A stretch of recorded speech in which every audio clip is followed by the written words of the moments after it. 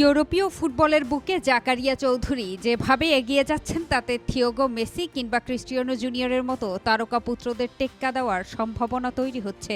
জাকারিয়া যেন প্রমাণ করছেন ফুটবল প্রতিভা শুধু লাতিন আমেরিকা কিংবা ইউরোপের একচেটিয়া সম্পদ নয়। সঠিক পরিকাঠামো ও সুযোগ পেলে বাংলাদেশের বংশোদ্ভূত ছেলেরাও ইউরোপীয় ফুটবলের শীর্ষস্তরে আলো ছড়াতে পারে।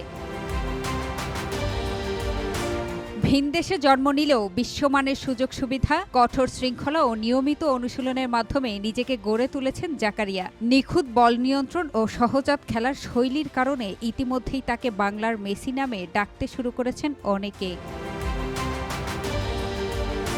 লেস্টার সিটি একাডেমির হয়েও নজর কেড়েছিলেন জাকারিয়া। তার পারফরমেন্সে সন্তুষ্ট হয়ে একাডেমি কর্তৃপক্ষ নিবন্ধনের মেয়াদ বাড়ানোর প্রস্তাবও দিয়েছিল। তবে ফুটবলের বাইরের কিছু ব্যক্তিগত ও পারিবারিক কারণে জাকারিয়ার পরিবার সেই প্রস্তাব গ্রহণ করেনি। নতুন চ্যালেঞ্জের খোঁজে স্বেচ্ছায় একাডেমি ছাড়ার সিদ্ধান্ত নেয় তারা।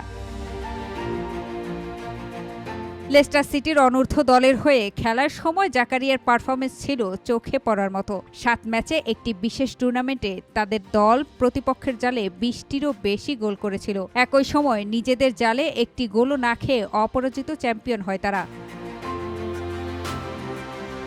প্রিমিয়ার লিগের তারকা হামজা চৌধুরীর পর জাকারিয়াকে ঘিরেও বাংলাদেশের ফুটবল প্রেমীদের প্রত্যাশা এখন আকাশচুম্বী। ভক্তদের প্রবল ইচ্ছা হামজার মতো জাকারিয়াও যেন একদিন বাংলাদেশের বিখ্যাত লাল সবুজ জার্সি গায়ে জড়িয়ে বিশ্বমঞ্চে বাংলার নাম উজ্জ্বল করেন।